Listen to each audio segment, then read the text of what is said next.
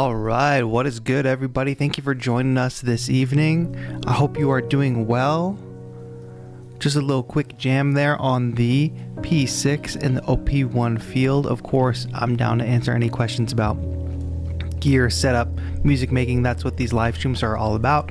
For us to get a chance to chat, talk to each other, unlike when I just post a video and, there's not really that back and forth conversation. But if you're new here, hello, my name is TAETRO. Thank you for joining me here on our Thursday evening streams. And I see a lot of familiar names in the chat, so if you are part of that Thursday night crew, thank you as well for being here. I think we're going to have a fun night. Like I said, that was just a quick little jam that I've been working on. I'm probably going to make a whole video about that soon, but I just wanted to test it out for you all. Let me know what you thought of that little jam that we had going there for a minute. But how are y'all doing? John P asks a very important question. Is this going to attract aliens? I try, if my music is coming out the way I want it to, it should have some sense of attracting aliens for sure. So that's kind of how I know I'm heading in the right direction. But very important poll. Make sure you answer the poll. It's very, very important. We got a lot of skeptics in the chat tonight. Of course, yes is leading at 42%, but possibly, but probably not, 25%. Combine that with the straight up no. It's kind of like neck and neck there. But I guess we do have a lot of believers in the chat, I could say. Matcha / boba type beat. Okay, nice. That gives me actually inspiration for eventually titling the video. Making a matcha / boba type beat with my Roland P6 and OP1 field. Owen Odyssey, thank you for joining us here this evening. It's been a fun week. My parents were in town. They were helping us out with some stuff around the new house. So that was great. They headed home this evening though. So we're back to our regularly scheduled programming here. Some of y'all are already in Friday. I know that. Usa, how are you doing? I know you're tuning in from Malaysia. Thank you for being here. Hail Nomad, I know you're over in Thailand. Thank you so much for tuning in. Did you just recently get a P6, Hail Nomad? Did I see that? Or did you get a some other IRA device? I think you've been trying to collect them all, right? And anybody else out there, what are you jamming on these days? Do you have yourself a Roland P6 or an OP1 field, or are you jamming on something different? I thought I saw some chatter earlier about possibly a Micro Freak or something. Sorry, I'm trying to catch back up in the chat. But I will try to dive back into that. But like I said, reviewing the new Arturia Micro Brute UFO. Oh yeah, did they drop like a reskinned Micro Brute or something? Anyway, I want to just reiterate again, thank you all for being here. We are usually live every Thursday here on this channel, Thursday evenings. It's evening for me. So if you want to just hang out with a really fun, really supportive community, sometimes we're making music, sometimes we're just chatting about stuff. I've been finding that the chatting is a lot more, I don't know, feels right for this kind of late night stream. So let this be your kind of evening radio show. If you want to talk about anything, please do let me know in the chat. If you want to bring up any topics, could be gear related, music related, could be not related to that at all. Could be about aliens or ghosts. Down to talk about all of the things. Thank you, Cycling Frugally. So glad you could be here. Your friendly neighborhood tax collector. Very good point. Universe is so big, it's almost kind of hard to say no, but I'm not the tinfoil hat kind. True, and probably if we did find aliens, you'd find some way to tax them, my friendly neighborhood tax collector. No, but I'm of that mind too, but then there's also the idea of the Fermi paradox, which some of you may have heard of. But it's just this idea that if there's some aliens out there, if there's life out there, intelligent life, why haven't we heard from them yet? Where are they at? Are they possibly, it could be that we are the furthest along intelligent life currently. So we're like the only current intelligent life that has kind of space travel. Or there could be also be societies and life out there that has determined space travel or trying to contact other folks out in the universe is dangerous. Or a number of things. Perhaps there is something about intelligent life that makes it so it's impossible to actually contact other intelligent life. But where are they? If they're out there, where are they? That's what I want to know. Maybe they're already living among us. Lo-Fi CNX Station, what's up, my friend? We got a couple people tuning in from Thailand. We love to see that. I'm going to have to make a visit over to Thailand soon.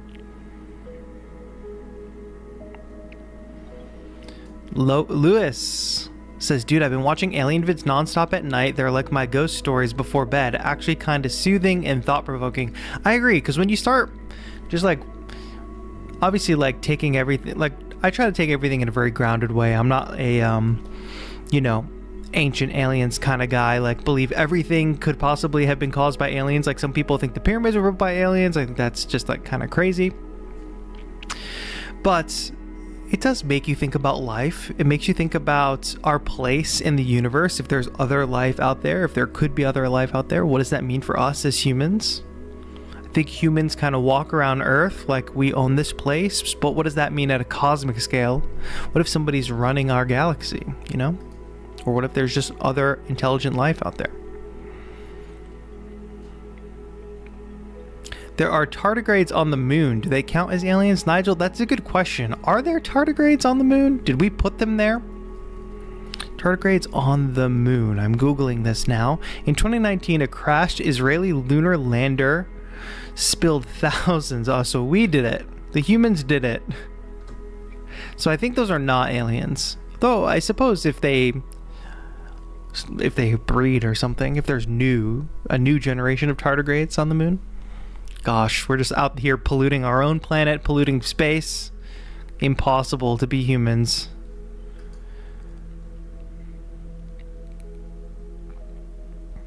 I changed the vibe from hip-hop, trap to pop, ballad recently, but I would try to change to a new style genre, UFO, yeah.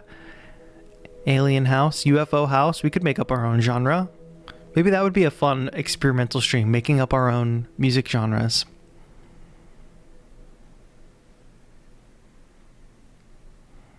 Wait, your friendly neighborhood tax collector keeps saying help. What do you need help with, my friend? Is the Archeria Micro Freak any good? Looking to get one by saving up the lawn money. Owen, how much do you charge to cut a lawn? That's what I want to know. That's my main question for you. And for those of you out there with a lawn, what's your solution? Are you cutting it yourself? Are you getting somebody in the neighborhood to cut it? Are you hiring somebody?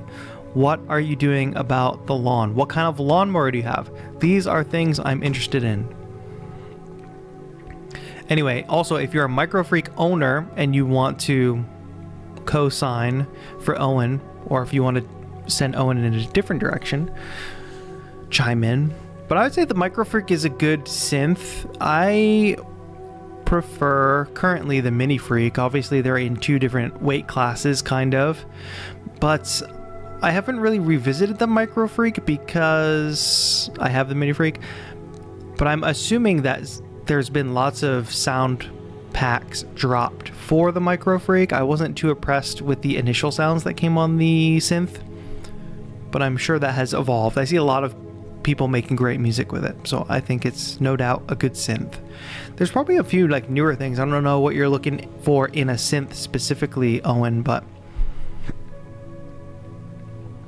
there might be newer options that are as affordable.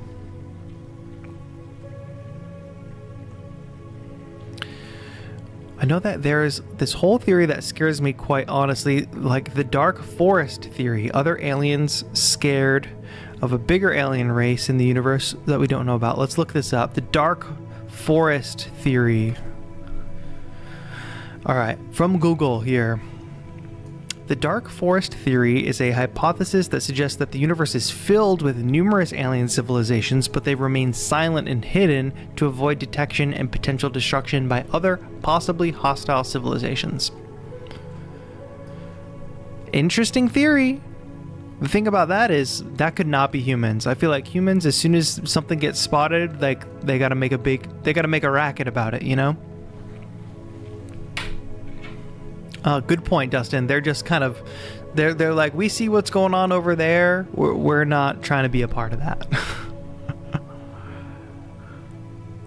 It's funny. John P says, I bet our music is way more dope than anywhere else. That's an interesting hypothesis as well.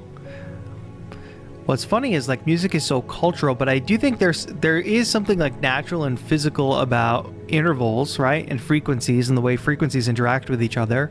So you would think, well, I don't know this for sure. I'm not sure if this is like scientific or not. Like consonance and dissonance, like a major third and a perfect fifth have like this specific consonance because of the way the pitches resonate against each other. Whereas if you take like a C and a C sharp, they're going to clash against each other. And that's a harsh sound. So I think physically any alien race would potentially have similar music fundamentals from a harmony perspective. But we push that all the time, right? Like there's a certain kind of music that like thrives in dissonance too. So I don't know. I think that's interesting. What would an alien what are the possibilities for alien music? What type of perception could they have that would cause their music to develop differently? That's a worthwhile question, I think. And Judas, another good question. If aliens exist, do you think they make beats? I think art has got to be some kind of universal thing, right? Universal for intelligent life, I would assume. Do any other animals make art? Do any animals make art?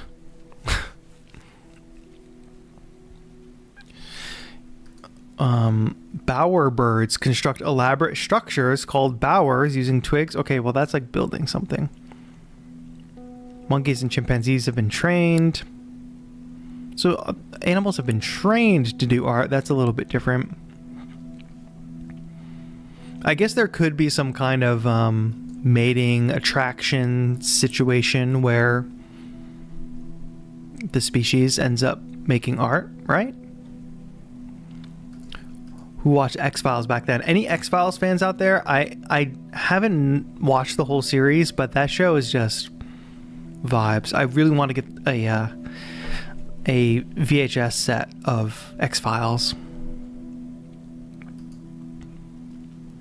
All right, switch over back to gear talk for a moment.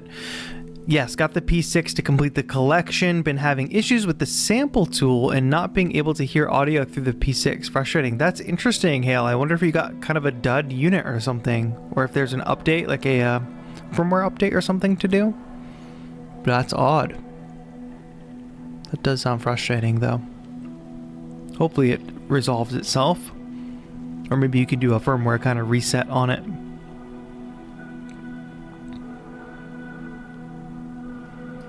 They recently found strong signs of life on an exoplanet K2-18b. Yes, Family Picnic, I heard about that. I don't know if anybody else heard about that. But essentially it was, what was the justification? It's like a certain chemical in the atmosphere that they detected, which is kind of a marker for life. It doesn't necessarily mean it's definitely life. Yeah, so K2-18b, 124 light years away, in the constellation Leo.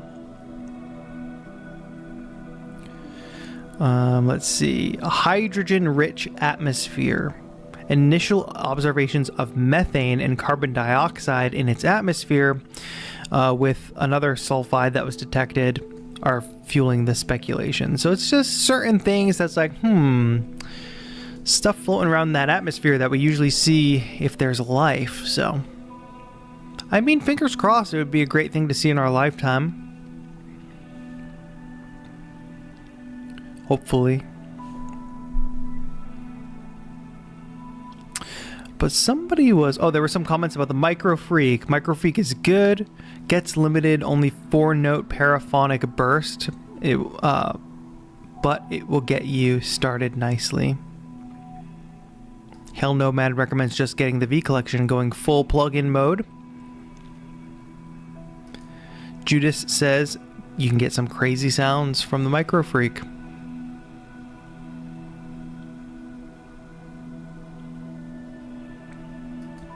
If you like the Dark Forest theory, you got to read the 3-Body Problem series. Thank you for that recommendation, Family Picnic. I just finished the book Project Hail Mary, and actually my mom took it. My parents were visiting. I recommended it to her, and I think her and my dad are going to read it. But really, really good book. Had me thinking about a lot of these things. And then I was searching for the next book, and the book that I bought but I haven't started yet is called Neuromancer, which is kind of like a cyberpunk book, but that's a good recommendation for 3-Body Problem. We started watching that Netflix show, and it was not catching me, but I think the book can most likely be a lot better.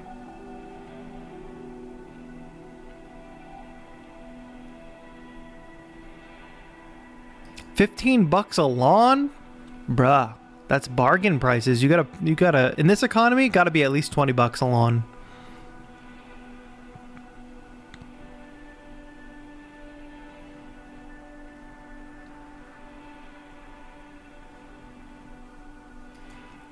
Do aliens have pizza, do you think? I guess it all depends on what the aliens eat.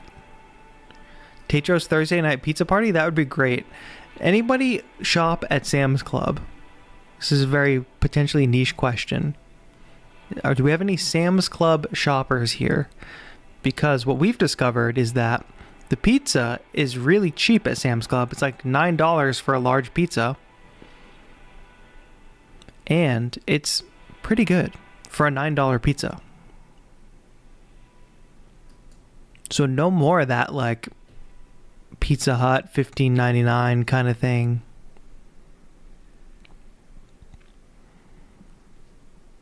The Costco pizza as well. Yes, it's all these things, these kind of like, what do you call it? These in bulk places. Because they take a L on the food that they serve there because they're making a profit in the other places. But that means I'm getting my pizza from there.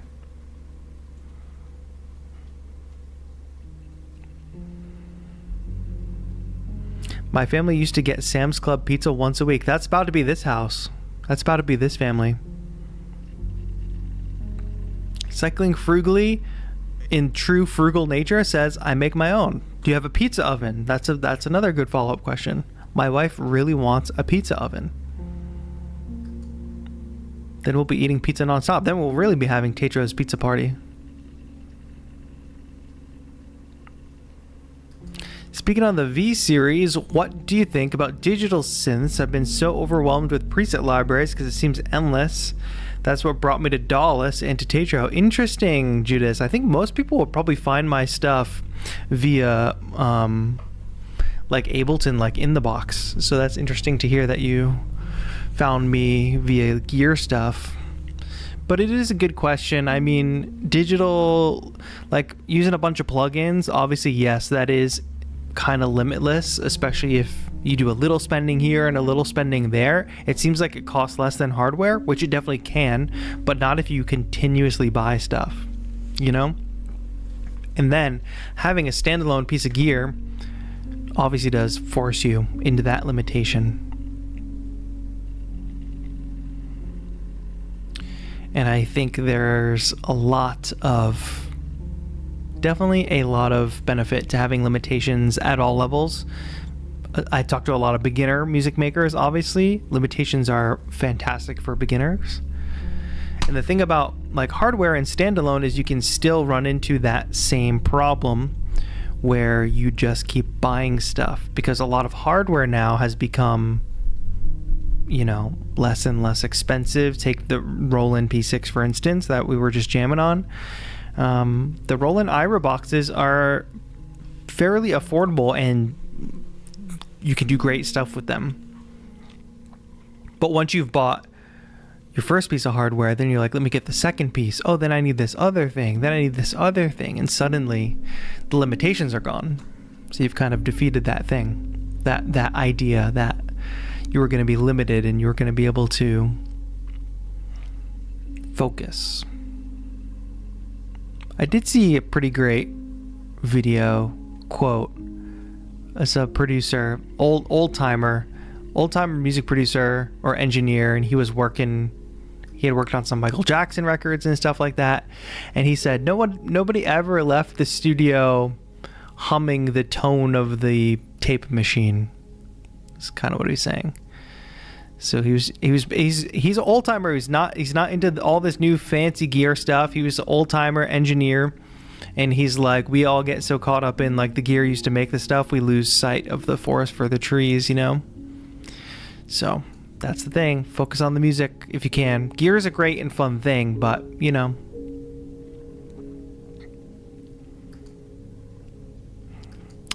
Ola Donkey brings up a good point. Just says Alien and Farm.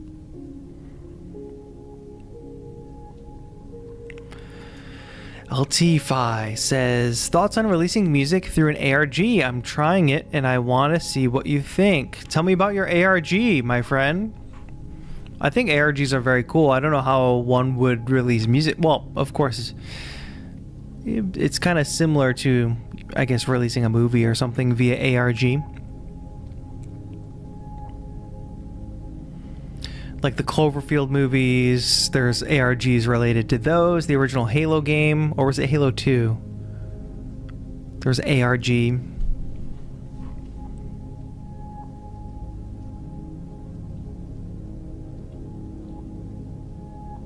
Very interesting.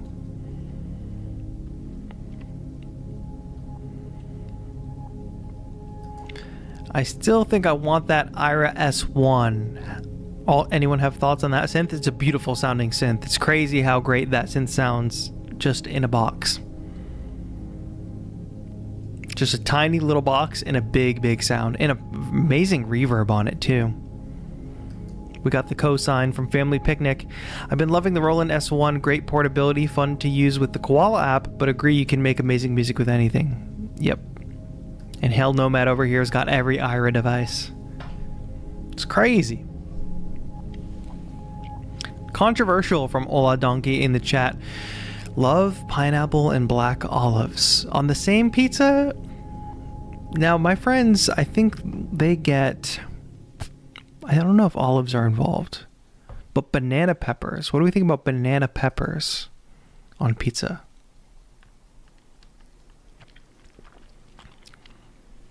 I think you nailed it right on the head, Judas. I feel like the limits are what make me get more creative with what I have, because that's how I was with digital. Just keep downloading shit, never actually use anything at the end. Yep. It gets crazy out here. Go comment on my poll and see for yourself. I don't know if I can do that. I don't know how that works. I don't know where your poll is, LT5, unfortunately. Let me see.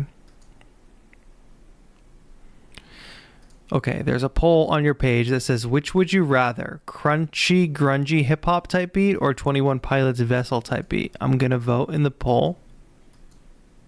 Alright, I voted in the poll, but nothing happened. Is this an ARG? I'm not role-playing. I do see you have a lot of music on your page.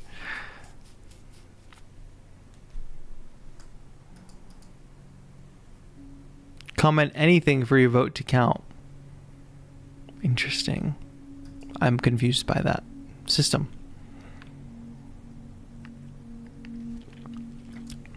Wow, we got a cosign on the pineapple and black olive. I feel like it's a little offensive. It's just a little offensive. I'm anti-pineapple. On pizza, that's just me. I'm not judging you. I'm judging you a little bit. Okay. Let me make that clear. I am judging you.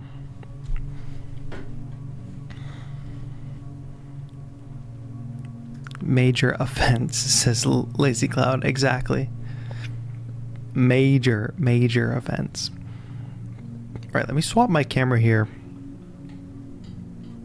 All right, we finally got it here, folks. We got the question to end all questions. Farand Official asks, how to make music.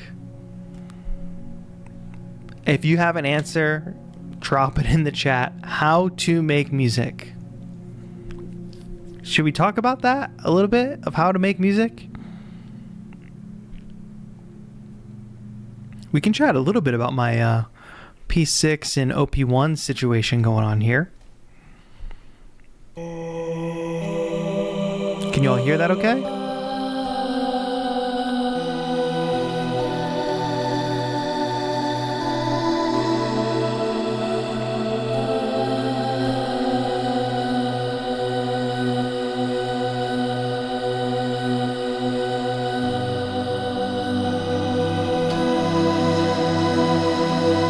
I love the way that vocal sounds on the OP1 field. I don't know what people's thoughts are. Are people still triggered by OP1 field? And also, is it still sold out? Teenage Engineering, they did a kind of like pay what you can thing on the OP1 field, right? And the lowest price, the lowest price you could pay is $13.99, and then it's sold out immediately. Are they not doing that anymore? Yeah, buy for this price, $13.99, but seems interesting. Wait, did they continue it for July? Here, let me show you what I'm looking at.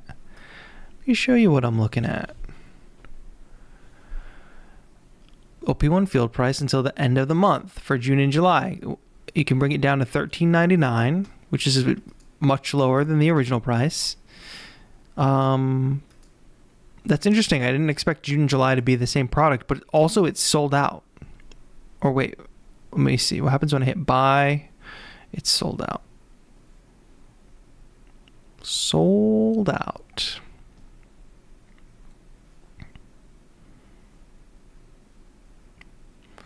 I'm really hoping they put this one on sale.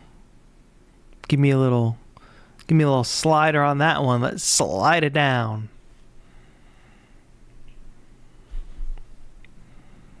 Slide it down.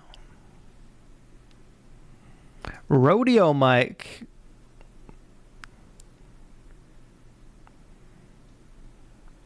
What kind of rodeo mic? The mic I'm using currently is not a Rode or a rodeo. It's Shure SM7B.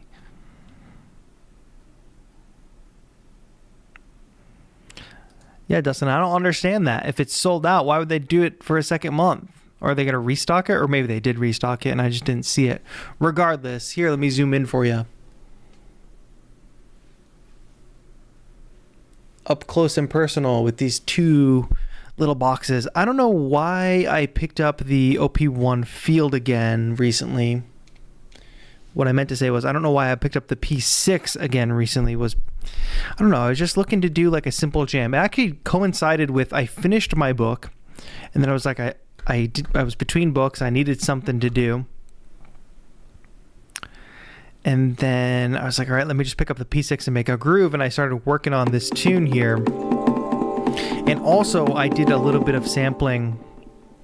I was sampling the, let me see if I can find it, tongue drum, which that sampling session will be shown in an upcoming video. So I took that sample and I put it in the granular engine. If we go to the keyboard mode, out of pattern mode, go to keyboard mode, listen to just how cool it sounds to play this.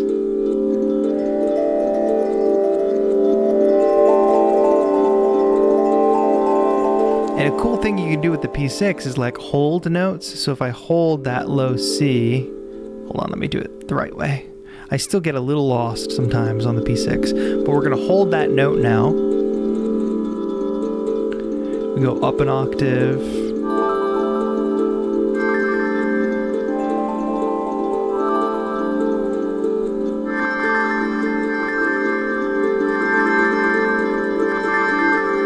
And that became a kind of a bass layer for this track. And I really like just building up patterns. I think I was just looking for some simplicity, really. some simplicity plus a little experimentation. So I wanted that experimentation of using the granular engine, but then building up a drum groove on top of it. Super simple, and I really enjoy the simplicity of doing like probability stuff on the P6, where you just, oh god, now I'm gonna flub it. I'm not gonna remember what I'm doing. Let me go to the kick drum because that'll be the easiest to find. So basically, you just hold a step and then press the granular button. You can find the probability, dial it in. It's got percentage. It's got play it once, skip it 3 times kind of thing. And it just like feels so good. And then also that sampling of the tongue drum, I did that just with the built-in mic. I mean, it's nothing to write home about. It's not like pristine mic quality or anything, but to just sit there with a tongue drum in this little box, hit the sample button, record it in, and, you know, turn it into something like that. That's like the kind of, I'm limited in this little box, so I find a creative way to get a cool sound like that, you know? And then build something up around it. So then after I build stuff like this, I get the patterns down, right? Because you can only do like a 4-bar pattern on the P6. But sometimes I just want to throw a little solo on top. And the easiest thing to grab and keep it still compact and easy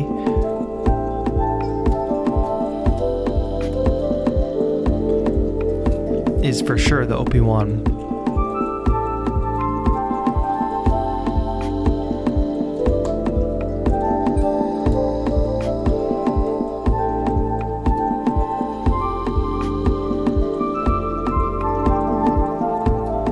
And the cool thing about the OP1 is also obviously that I can jump to other instruments and sounds.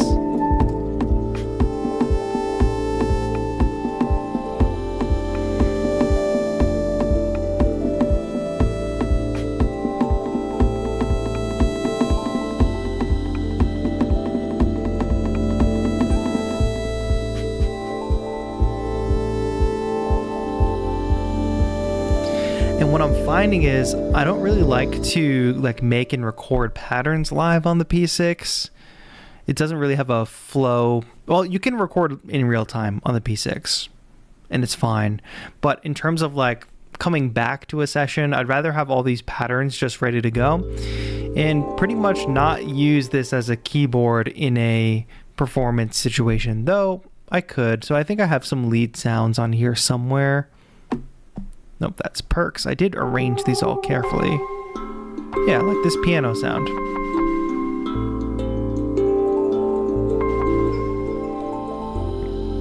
So we could get the groove going again. Now we're in keyboard mode.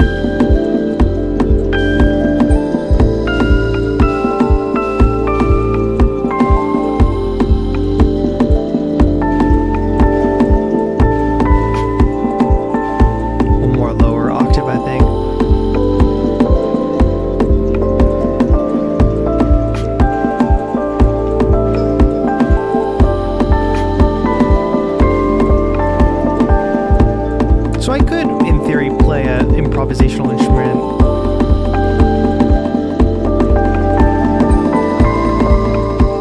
Just right here on the P6, but it just felt more. So I reached for the OP1 basically so I could have a wider selection of tones. And then I could be improvising.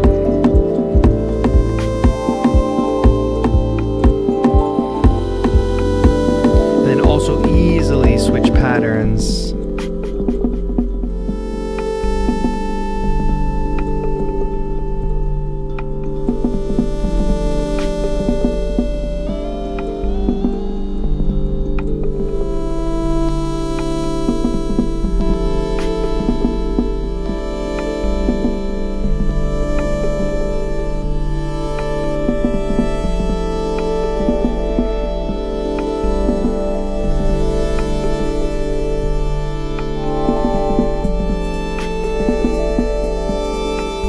so I can like continuously progress through patterns.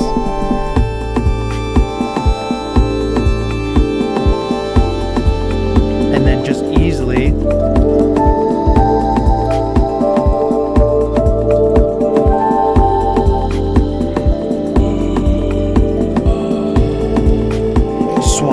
switch instruments there. So it's a workflow that I've been having a lot of fun with. I did at first have the Ableton Move instead of the OP1 field here in this situation, but actually just ties directly into what we were talking about before with limitations. So the reason I dropped the Move in here instead of the OP1 field at first, because I was thinking, well, the Move has a proper sequencer, so if I actually want to play things and sequence them, I'm better off with the Move than the OP1 field, right? But what happened, I felt, when I started doing that was I was just building up more patterns on top of the patterns that I already had, and it was becoming too much. So it was totally a thing of like, I could do the same kind of improvisational style that I can on the OP1 field with the Move. I could just load up a synth sound, switch between them, do some improvisation, but having the ability to do sequencing, additional sequencing on top of the P6 seemed like a good idea, and then it ended up just like taking the song to like a place that it didn't need to go, basically.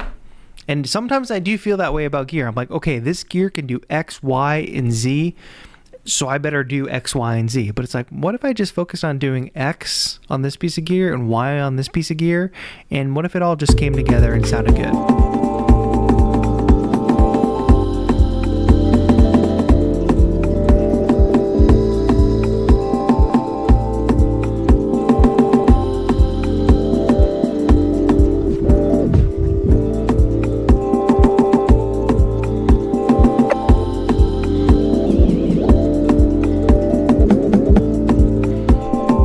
Any thoughts on this setup? Any questions that are coming to mind as a result? Did I explain that all clearly? Nascent, nice to see you, my friend. Long time no see. That is a name I have not heard in quite a long time. Oh, DOS Corner, thank you for tuning in from your phone. I'm having a good evening. Thank you for being here. Glad you're able to tune in.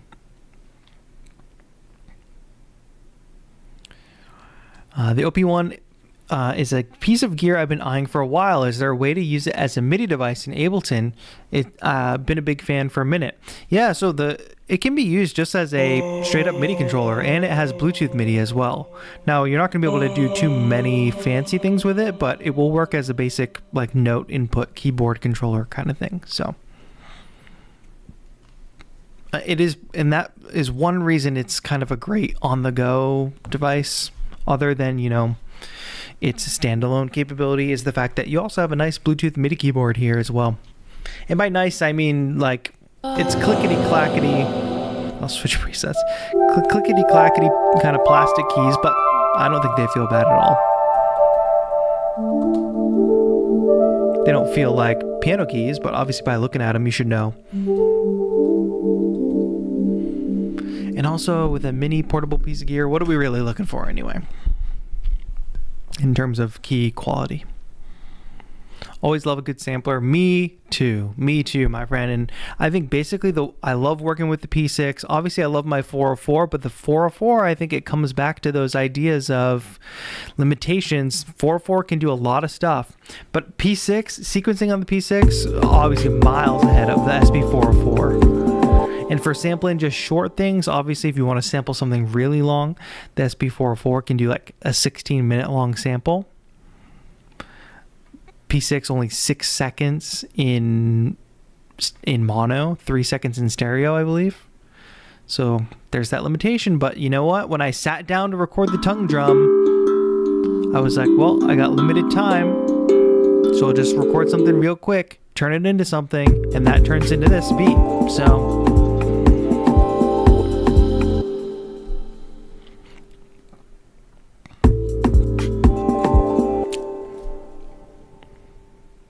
quick live set masterclass. Yeah, I don't know if it's a masterclass, just a little talk through.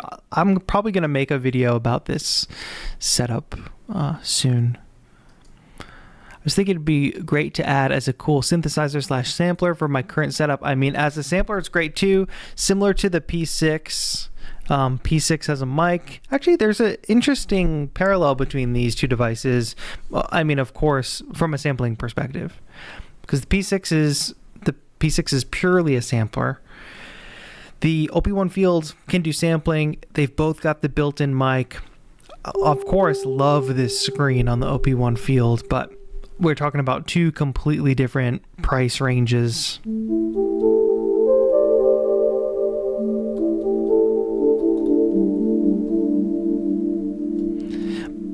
Of course, on the OP1 Field, we also have a bunch of synth engines as well. So here, let's switch one of these up. Let's go through some sounds. I always go for that kind of sound. I don't know if y'all have noticed that.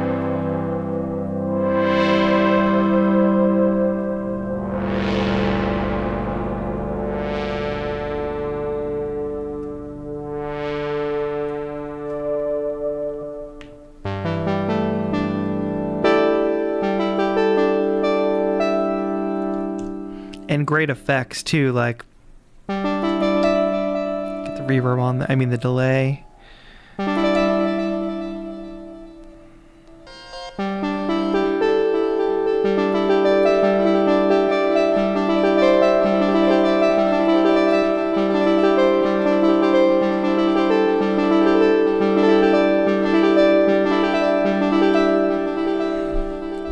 Thing about it is, OP1 Field does not have a traditional sequencer. It's got some sequencers. This one is actually kind of cool and fun.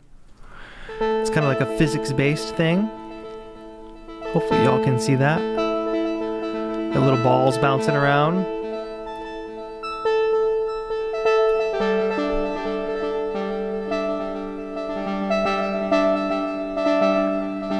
And I haven't really quite learned.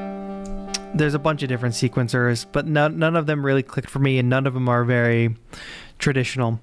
The recording method on the OP1 Field is a tape recording method. This is a sample I was working on. So you have a 4-track tape machine essentially on this device, which has always been kind of disappointing, but again, it's a limitation, which can spark creativity, which is sometimes a marketing term, and sometimes it's real, as many people have pointed out here.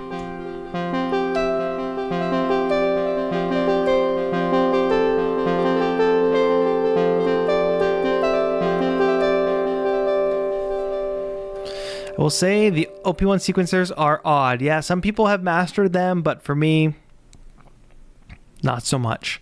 John P says, what's on your gear wish list? Yeah, I would love to hear what is on people's gear wish lists. I'm obviously in a bit of a very privileged spot to be able to have a lot of the gear that any gear that I could ever need, I basically have already. So I'm very thankful for that.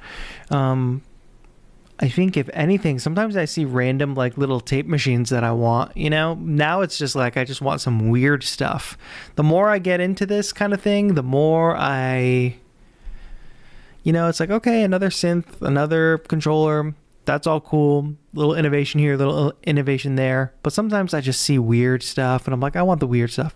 Or like field recorders. Like I could buy like every field recorder and be super happy.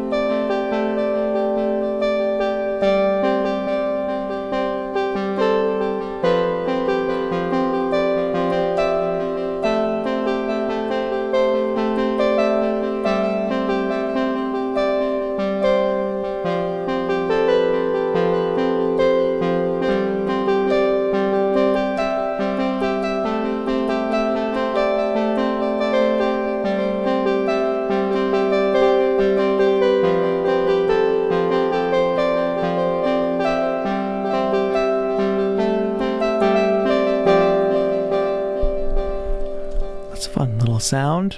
What's your favorite MIDI keyboard for Ableton Live? Probably the Novation Launch Key Mini. I think it's probably the premier Ableton Live controller. Chill and Connect, how dare you be so late? Thank you for tuning in this evening. As I have been playing around with the Move, I find myself getting stuck mentally for what to create. Any tips? Oh, it sounds like an identity crisis. Sounds like a bit of an identity crisis, my friend. I'm not sure. I think everybody goes through this, right? You got to think about what kind of music you want to be making. If you don't sit down with sometimes you don't have to sit down with a clear mission. You can just sit down and make stuff. But if you're doing that and you're sitting there and you're kind of at the end result is like something not all that great or something you don't think is all that great, then maybe you have to have a specific goal, a specific kind of music that you want to make, specific kind of influence that you're trying to channel. You know what I mean? Like sit down with a goal instead of just kind of noodling and seeing what comes out, because otherwise then you just end up with kind of a little bit of a mess, right? It's like whatever came first. If you didn't have a clear vision to start, it can turn out messy, but sometimes messy is okay. But if you're feeling a little mentally stuck, I would definitely think about what you want to do before you start getting to work. That way you kind of like set this kind of set of rules for yourself. Oh, I want to make this kind of track. So then when you sit down, that kind of like means I'm only going to use these kind of sounds. I'm going to work at this tempo. The melody or the chord progression has to sound like this kind of, you know what I mean?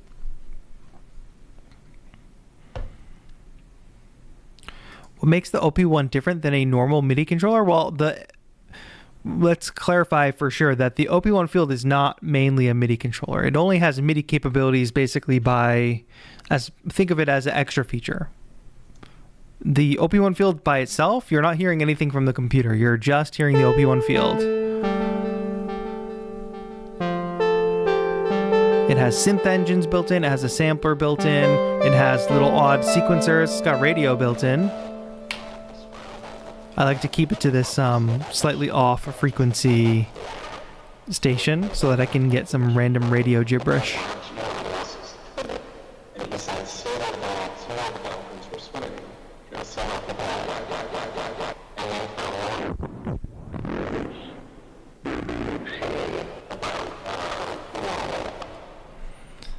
So that's funny. It's got a built-in mic so you can do sampling on it. But yeah, it's not a typical MIDI controller.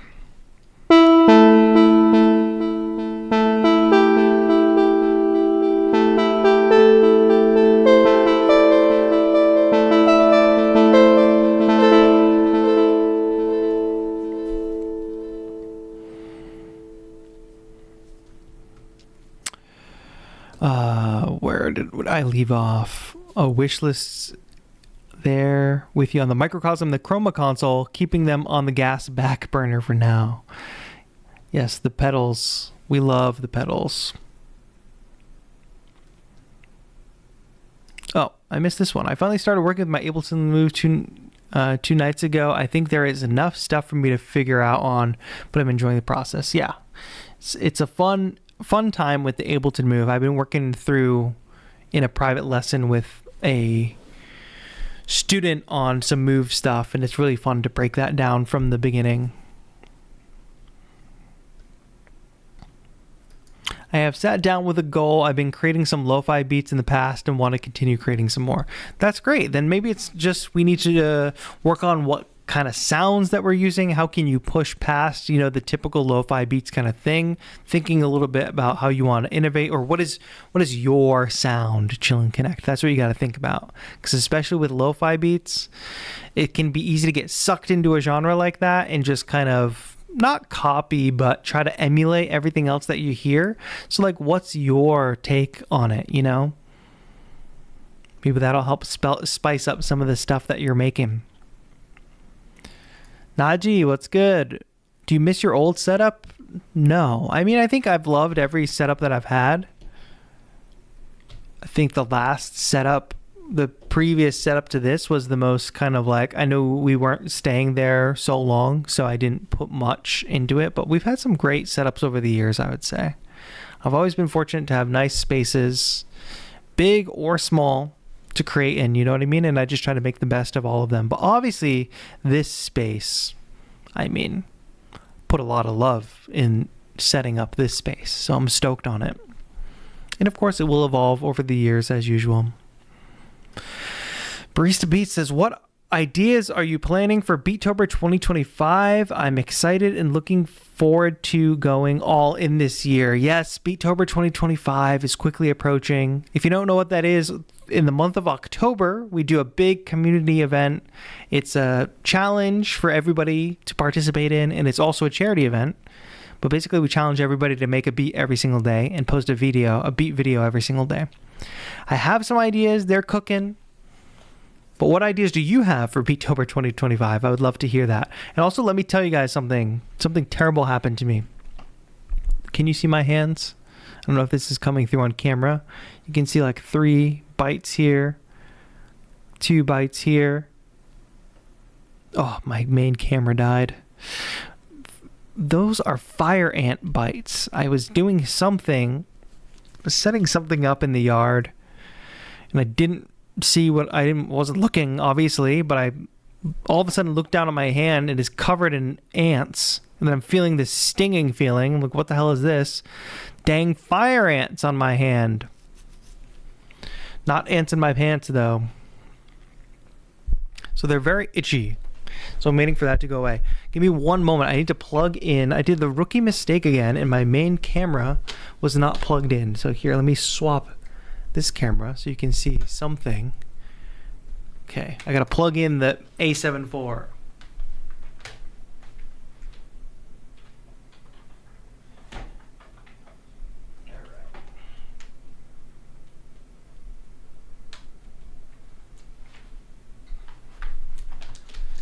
All right, we'll give that a minute to charge and then turn it back on. Can't just turn it on while it's plugged in. Type Man says, what camera are you using right now? That's a Lumix G85. Main camera that's on my face is a Sony A7 IV. Camera that is above me, Lumix GH5. Got all that?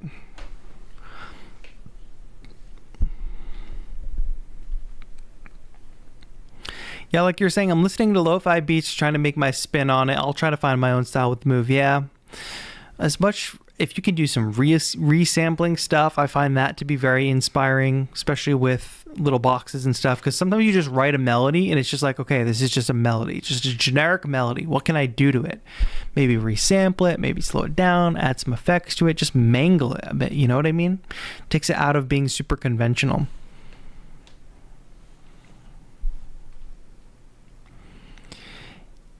What's up, my friend? I'm learning to make lo-fi beats from you and Eldre. Now I'm trying to create my own sound, create my own song, and trying to release it. Love you from Manipur. Thank you so much, my friend. Thank you for tuning in. I'm glad to hear you're learning from myself and Eldre. Eldre's one of the greatest. Fire ants burn. Yes. I mean, it's just like too itchy, like more itchy than I usually get from a mosquito bite. Oh gosh, mowed over a wasp nest. Here's a good question, because there's a lot of deals out there for Prime Day. I don't know if anybody's gotten any Prime Day deals. I did post a couple that I saw. I mean, this little pad MIDI controller they had on sale for $40, which I thought, dang, like why not at that point? But Ableton products for students, I'm not sure. I know they did just raise the price of the Move. I can't remember. When does Ableton do a sale? They just had a sale a couple months ago. But if you are a student, you can usually get a student discount all year round. So you should look into the student discount that Ableton offers. Because when I first bought Ableton Live, I was in college and I used the student discount to buy Ableton Live Suite, and that made it much more affordable.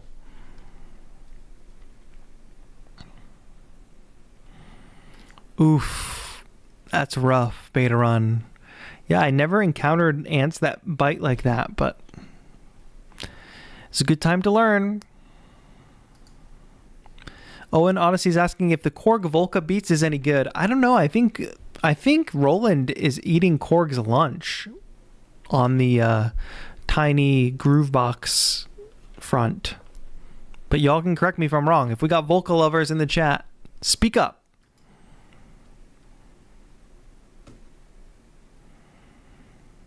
Oh no, gotta watch out for the gators. You be working in the yard, turn around, all of a sudden there's a gator behind you. Definitely want to notice that.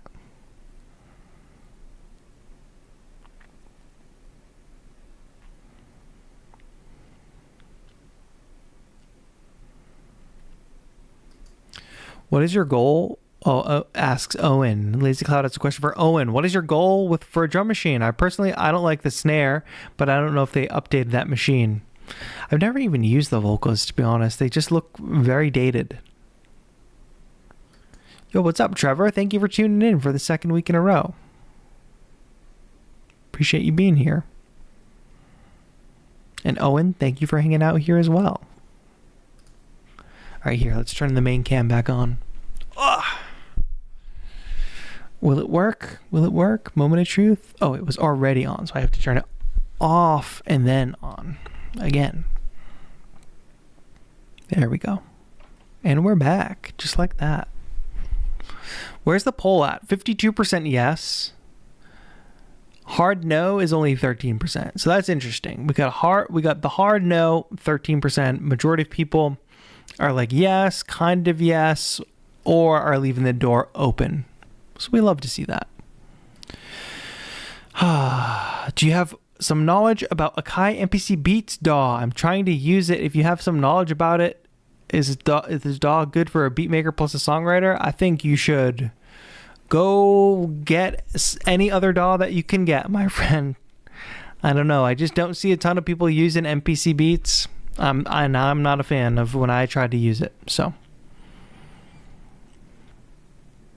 the thing about choosing a DAW and a music making software is you got to look around and see like, okay, who's using this software? Is anybody whose music that I like, are they using this software? So that's one red flag if you don't see that. Another red flag is like, how can I find good tutorials or good resources about this software?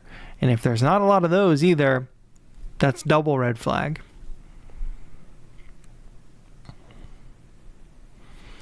Echo says there has to be aliens based on how big the universe is, right? Well, Echo, where are they? What's good? What's good with that?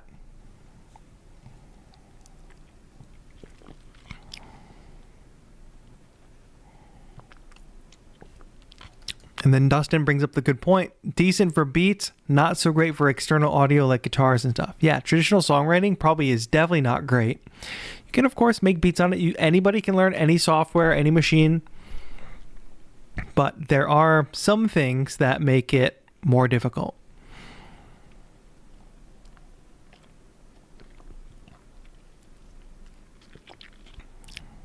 That's why I'm good to see you. Yes, the Fermi Paradox. Where is everybody? If the universe is so big and the aliens are out there, where is everybody? Dave Stone says aliens in general or aliens here? I'm saying in general. Whether they're already here or not is another question. Dave says hard no, aliens here. Yeah, I think that's reasonable. Though I could never be a hard no on anything. They could be living in the ocean. There's case for that. We've not explored the whole ocean. There's been certain sightings here and there, crafts going up out of the water and into the water.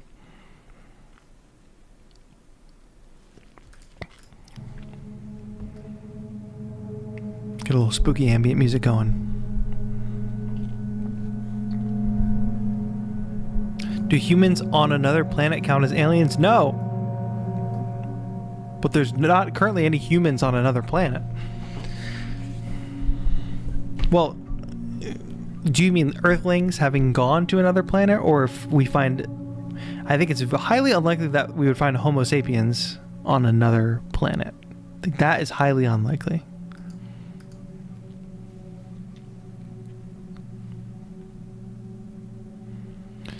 Trevor says, I think there's probably life out there somewhere.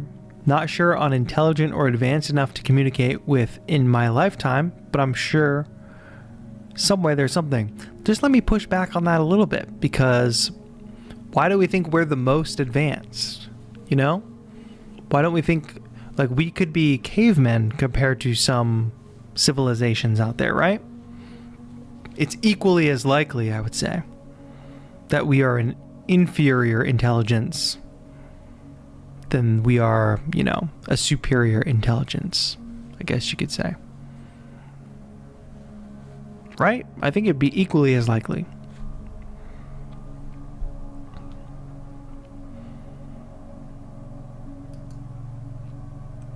Now, aliens definitely use Ableton Live. It was definitely designed for aliens, for sure.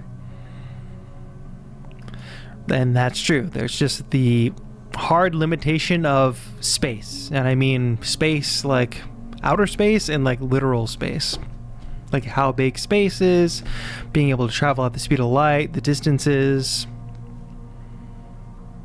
That's why we've got those probes out there that are going farther than we've ever gone, which is kind of crazy to think about.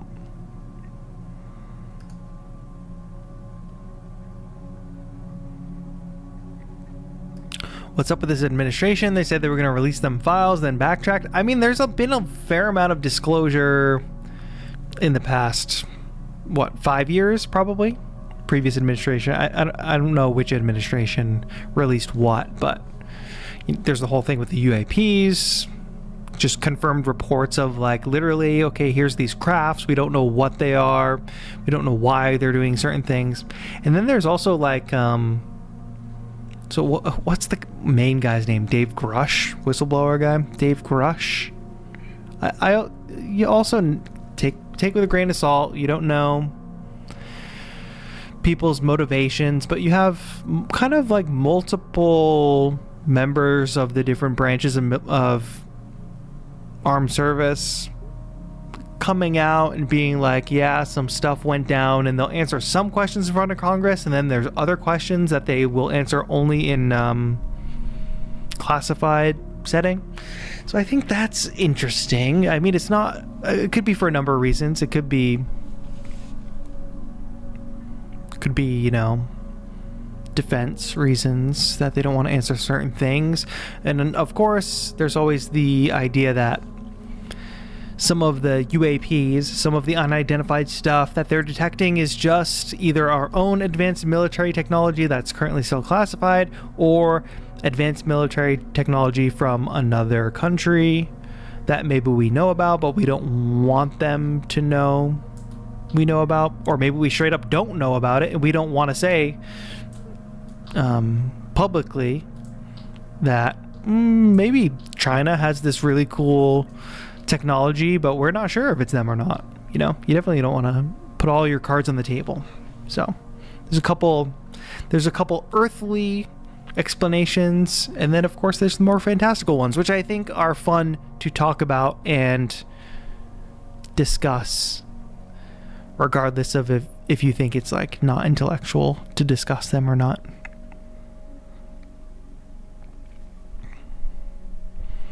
That's true. They could be in the room with us right now. Maybe they came here, watched us fight senseless wars, and decided there is no intelligent life on Earth. Very true.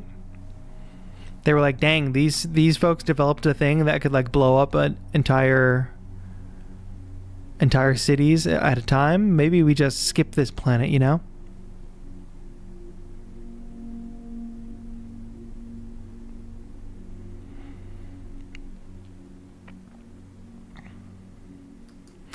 Yeah, who knows if it'll happen within our lifetime. If you think of it on the cosmic scale, right? If an average human is only around, you know, let's say a maximum, not even average, let's say a human is around a maximum of 100 years, that's such a small amount of time in terms of, I mean, you could have an intelligent species that flies a colony to a distant planet, and that could take over 100 years, and they could just be planning for generations of space travel.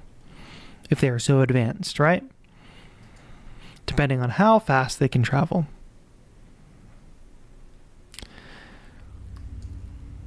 Aliens use steganography technology to hide messages in music. So you think the aliens are making the music and hiding messages in it?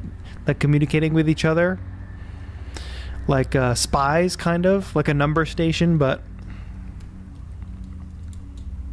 steganography, the practice of concealing a message within another message.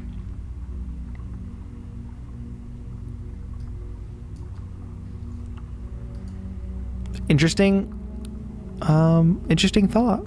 Could make for a great story. But also you could have intelligent life that hears at a completely different frequency than us, and they wouldn't have to hide it.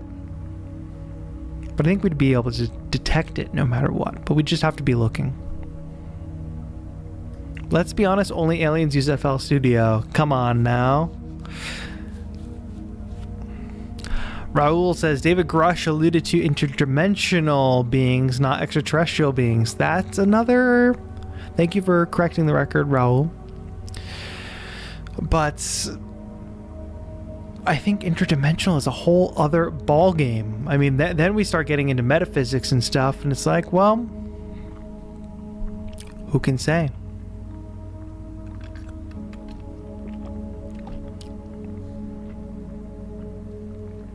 I think it's all very interesting. I always want to err on the side of, you know, decades, centuries, as technology has advanced for humans. Like, there were times when medical doctors scoffed at the idea of washing their hands before doing a procedure. Like, they just thought there was no way that they could possibly be transmitting magical germs from themselves to a patient. Like, they could just not fathom that. Like, it was just not accepted. And then after a while, they like kept delivering these babies, and these mothers kept dying, and it's like, bro, you didn't wash your hands. That's why. And it turns out when the doctors started washing their hands, the mothers and the babies stopped dying. So I say that to just say, I'm not a scientist. I don't want to be so glib as to say something's not possible or something's definitely possible, but I'm willing to listen. I'm willing to not just write things off and say, nope, not possible.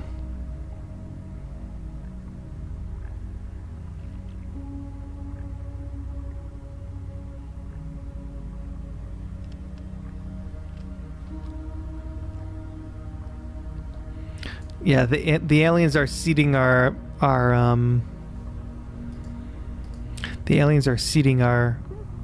streaming playlists with AI music. No, that's not aliens, don't worry. That's just terrible humans.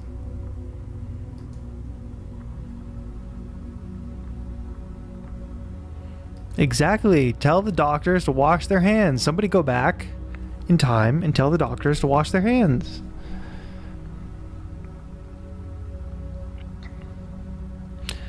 The toxin planning on colonizing the moon feels slow. Shame it may happen before we can see it. Who knows? Maybe it would be great. You know, we had the whole space race. You know what's a great motivator for space and technology is war, unfortunately. So it's like, oh, we went to the moon. Yeah, we went to the moon because we were trying to prove to the Soviets that we were so technologically superior.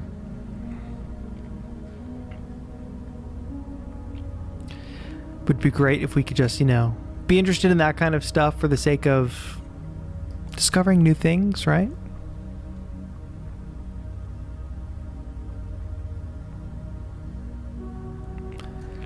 I've heard of this stuff, Raul. I'm very interested in this stuff, and some of it also ties in with like paranormal things as well. Basically, you know, ghost sightings, or, you know, messages, or precognition if you've ever had a dream that something was going to happen and then it really did happen. Or there's like a lot of documented cases of things like that that are not explainable, and there could be a physical angle to it, interdimensional angle to it. I mean, there's got to be something, right? There's quantum mechanics. Things become really unpredictable at the quantum level, but as you zoom out and zoom out and zoom out, things become like you can calculate them. So how can that be possible? If things operating at the quantum level are unpredictable, but then at the macro level they suddenly become predictable.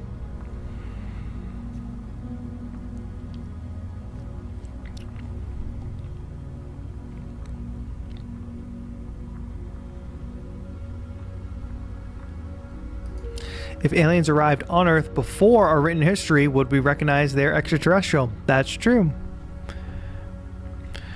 That's a very great question. And who's to say, even so, like, forget about aliens, who's to say that in some previous iteration of Earth, as it developed, who's to say there wasn't intelligent life for that? Or who's to say, for instance, Mars didn't once house intelligent life? And there's literally just no sign of it all. Lost to time, right?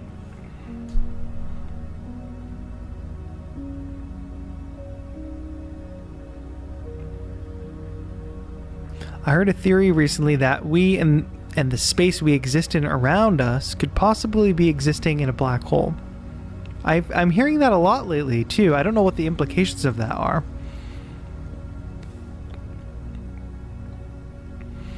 I mean, to be honest, if we've been existing how we've been existing, and then we find out that we're in a black hole, doesn't that, like, what does that mean? You know what I mean? I just don't know what impact that has on our understanding.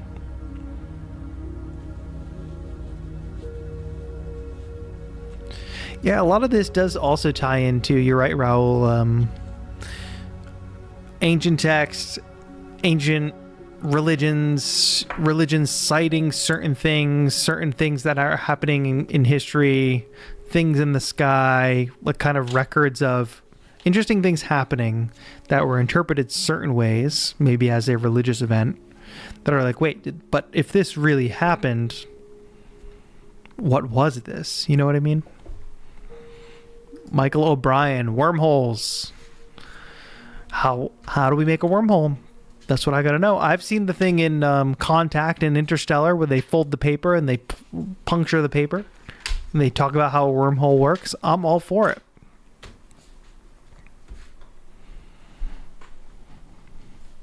Does anybody, by the way, have a favorite sci-fi movie or like a grounded kind of sci-fi movie that talks about this stuff?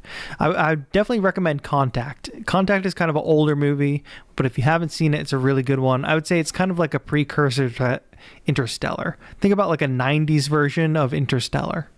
Almost. Kinda. Not really. I don't know how to describe it. I believe that aliens do not come from space, but other existential planes. Could be, Gold Paris. What do you know that I don't know? What's good, Apollicus? I hope you had a good day at work. Thank you for tuning in and hanging out with us this evening. We're a little off topic from the music front, but I think it's fun to talk about this kind of thing. Sci-fi, paranormal, extraterrestrial life, interdimensional beings. We're going deep this evening. Everyone talks about extraterrestrials, but no one talks about intraterrestrials. What do you think about that? I mean, I'm all for it. I mean, some of the, whatever it is, if there's something like that does exist, obviously it exists in a way that we cannot possibly understand. That is beyond our understanding. Whether it's, there's these crafts that can travel faster than the speed of light. That's beyond our understanding. We have no idea how that could be possible. Interdimensional. We still don't know what that really would indicate. Interdimensional. We know how to travel through space. Well, obviously, we don't know how to we know how to travel forward through time. It's just our natural state. But an additional dimension, it's just beyond our understanding of reality. And maybe that is the gatekeeper in itself. Can we really call ourselves intelligent life if there's other life out there that does understand an additional dimension? Could an interdimensional being, could a being that travels in a different dimension, a dimension that we don't know about, what if they don't know about the time dimension? What if that's just not how they experience reality? What if each separate being has a missing link?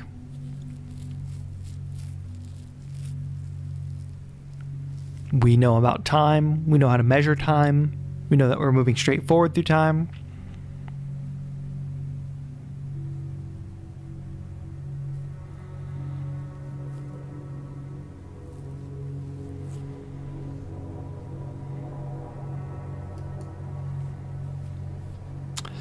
For the record, I believe in the unromantic statistical likelihood of alien existence considering the size of the universe. Put that to time in a 13 billion plus year old universe and I'll take those odds. Exactly. I think that's easy. GG easy calculation.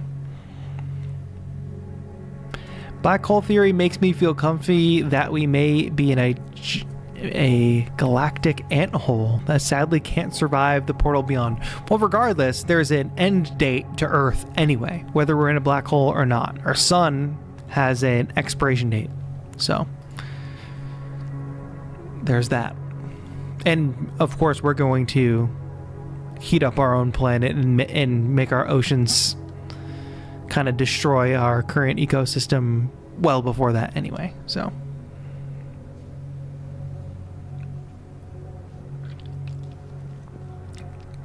yes, Trevor, The Martian is great. Yes, much more grounded. Trevor, I don't know if you read The Martian or if you just saw the movie, but I just finished a book called Project Hail Mary, which is by the author of The Martian. I would highly recommend it. They're making that into a movie as well, which is coming out next year. Definitely recommend reading the book before the movie comes out. And definitely recommend Contact. Interstellar is fantastic, by the way. Deep talk with ambient track, exactly. Should we lower the lights a little bit for this kind of chat? What do you think? Lower the light, warm it up a bit maybe. What do we think? Is it too dark?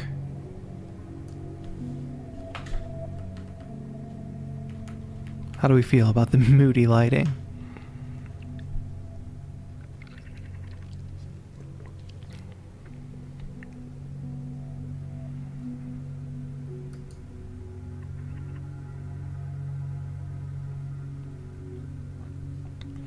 Oh, interesting. I've never heard this read, Raul, about the movie Signs.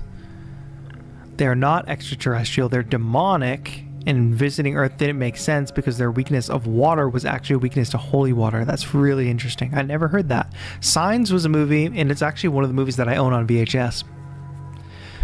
And I really wanted to own it on VHS because I remember being a kid, and there's a scene in Signs where they're watching TV.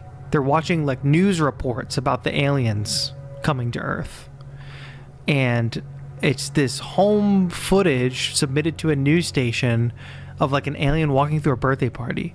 And I just remember being like shocked by this like being super scared of this footage because it looked so real. And I've gone back and watched this now and it totally does not look real at all. But I remember being like just genuinely scared by that scene.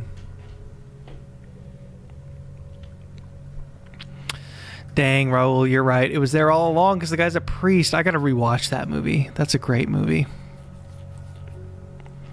What synth do I need for alien music? I think you just need a little... What synth do you need for alien music? Something granular. Granular can sound very alien. I love my Mini Freak, though. I haven't played that I Am Orange. Don't spoil it, because I'm lying to myself and saying that I may one day play it. Forgot I had a synth in front of me.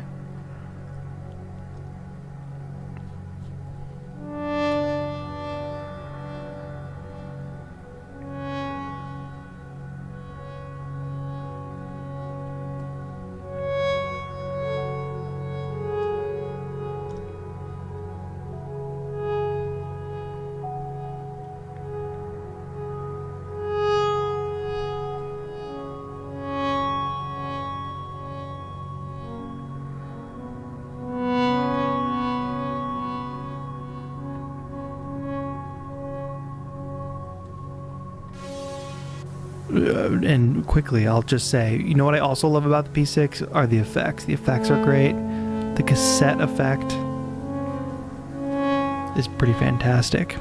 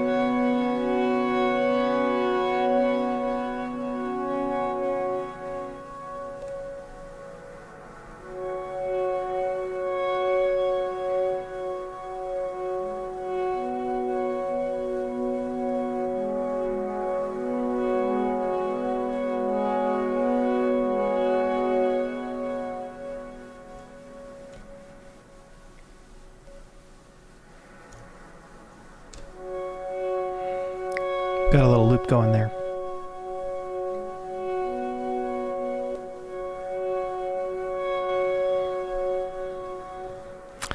I don't know. I'm just getting lost in the sauce thinking about this alien stuff.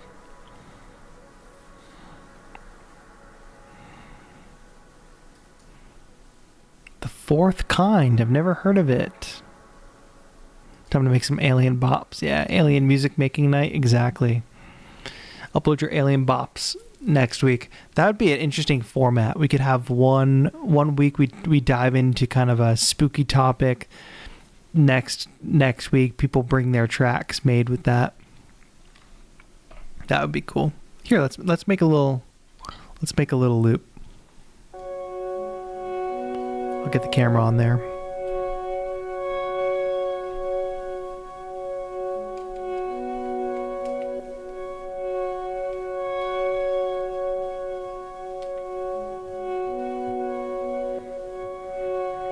Make a little quick sample. Fine. Where did I finish that recording? There we go. Out. Loop goes there. Sometimes I'm very clumsy currently with the OP1, I think.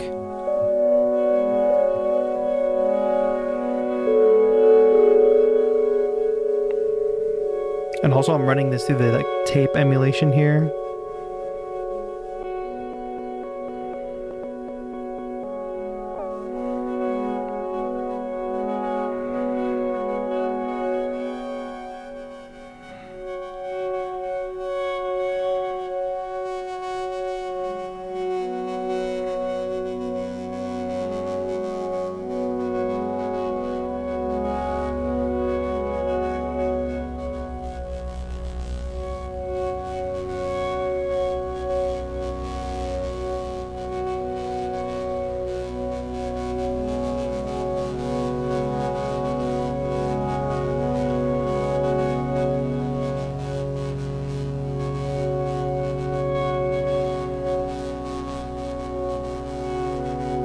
Sure, let's play a little drone like that.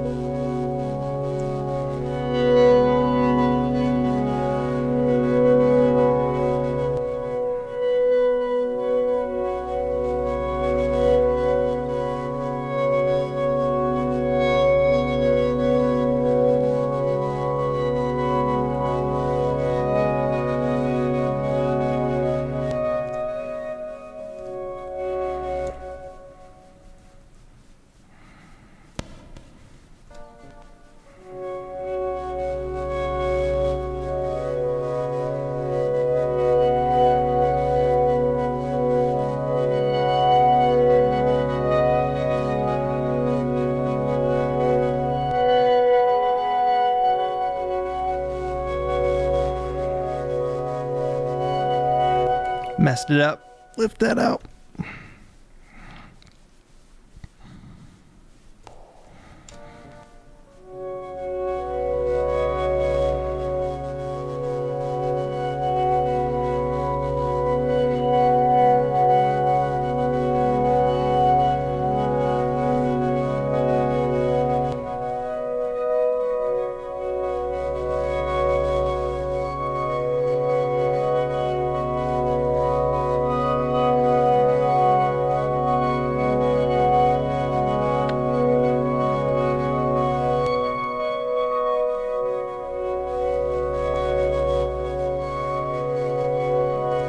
one more layer on the tape track. We'll layer something in, and then what we will do, we'll do one more synth layer, then we'll try to sample into the granular of the P6.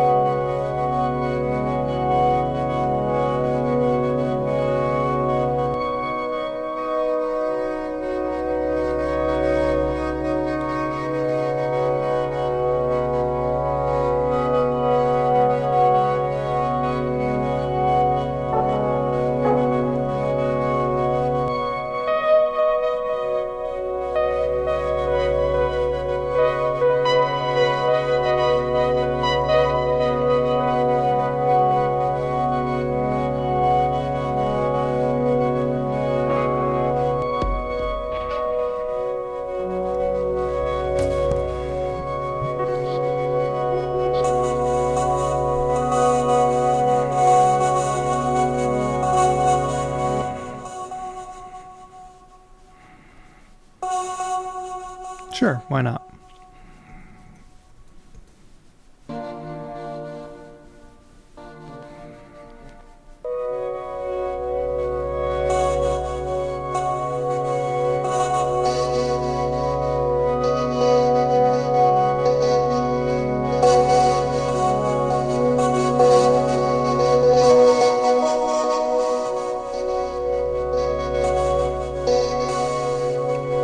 A little bit of odd stuff going on here, but we'll take it. Yes, Dustin, I did leave the sequencer on for those voices, so the voices is bouncing around. All right, then we just have this odd nothing sample, which is kind of one of my more my preferred ways of working with the OP1 field, because I'm not really going to sequence a full track on it the way this tape recording works, but I will make like a 4-layer something with it, right? Okay, so let's go into this. I got to find my granular bank. This is my granular bank. We're going to sacrifice one of these. I think we can sacrifice this. So we can delete that sample. And I know that there is a delete button right in front of my face. There it is. Delete this, delete. Okay, now we have an empty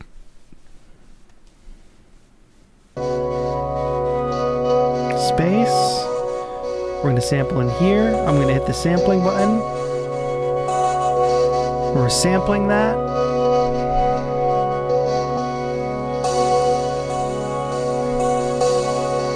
Now it's normalizing it. It's writing it.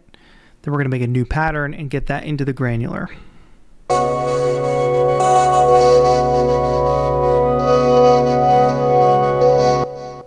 Okay, so now I'm going to go to a new pattern because the sample that is assigned to the granular engine is saved in the pattern info. Oh, I thought that would be empty. Let's go to bank 4. Of course, that's not empty. Okay, I'm just going to clear that pattern. Pattern clear. All. Enter.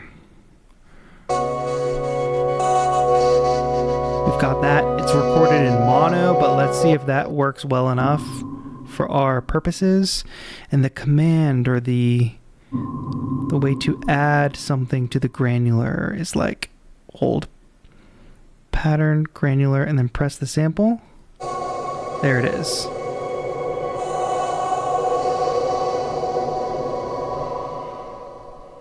So then we can play it on the keyboard.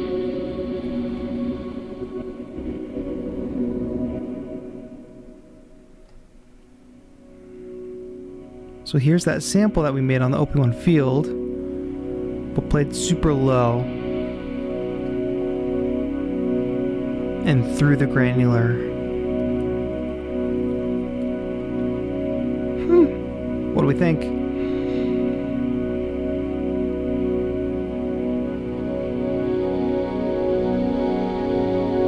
It's for the aliens.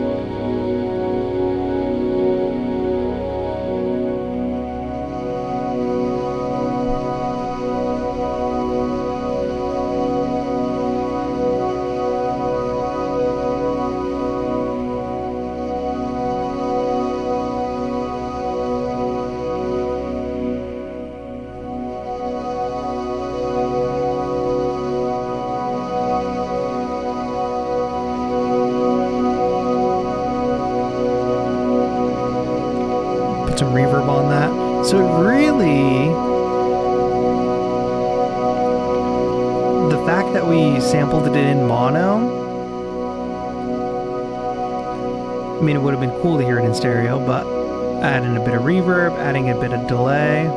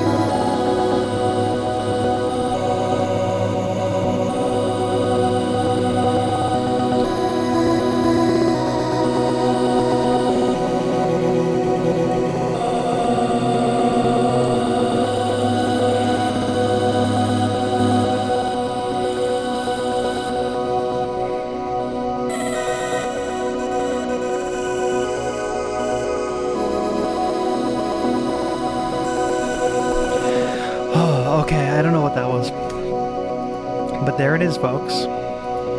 We've communicated with the aliens for the evening. Hope that was fun. Nice little spontaneous session.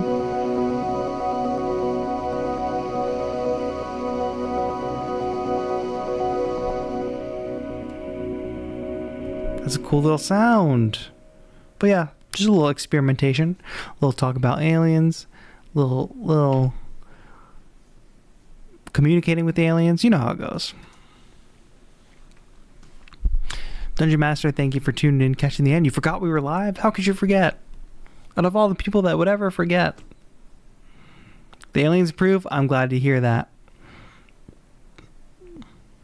Oliver, asking about the wood wall. You should go check out my videos. And the last video that I posted, I believe, is a home studio kind of setup tour. So you should go check that out. Because I talk through the process of setting up this whole wall and building out the new studio. 4 panels, $35 each. The OP1 is really cool. Yeah, I mean, the OP1, I was just using it as a basic synth or like sample, kind of just using it to play sounds, basically. The P6 was doing all the cool granular stuff. All this kind of cool, where is it?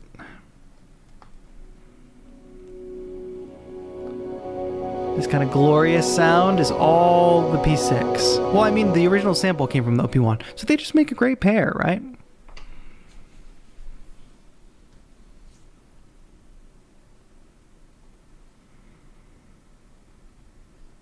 Are the aliens coming from the ocean? I think it's some going on in the ocean. We don't necessarily know what it is, though.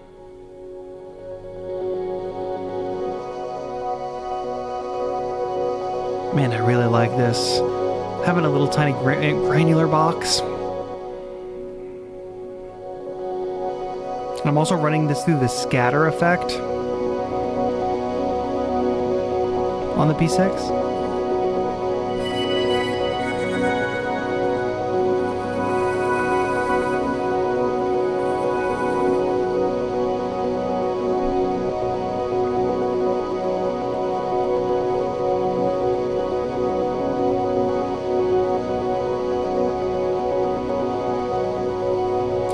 I could do this all night. But folks, that's going to be it for our Thursday evening stream. Got a little more experimental than usual, I would say, here this evening. But I'm glad you could all be here with me tonight. If you tuned in later, the full stream will be available to watch from the beginning here on the channel. So don't fret, you can watch it from the beginning if you missed anything. We are live here every Thursday evening. So if you do enjoy the vibes, if this was your first stream, make a little reminder. We'll be back here next week doing similar stuff. So be sure to tune in. If you do want to support the channel, leaving a like on this stream on your way out is a free way to support. Engaging with the videos and the content as it comes out, another free way to support as well. Also, you can become a channel member, which is a way to directly support the channel. There's a join button below this video where you can get a cool little tree next to your name, like some of the cool people in chat. Beta Run, Hail Nomad, Dungeon Master. They got those trees. Those trees grow over time the longer you support the channel. But I do appreciate the folks that do support. It does go a long way. We've also got a couple affiliate links in the description, which you can shop at no extra cost to you, and a small percentage of your purchase goes to me. So whatever way you can support, whether it's for free or whether you can throw in even $2, become part of our Discord community, it's all much appreciated. But thank you all so much for tuning in. I'll talk to you all soon. New videos coming out very, very soon, and we'll stream again next week. This has been TAETRO. Have a good one.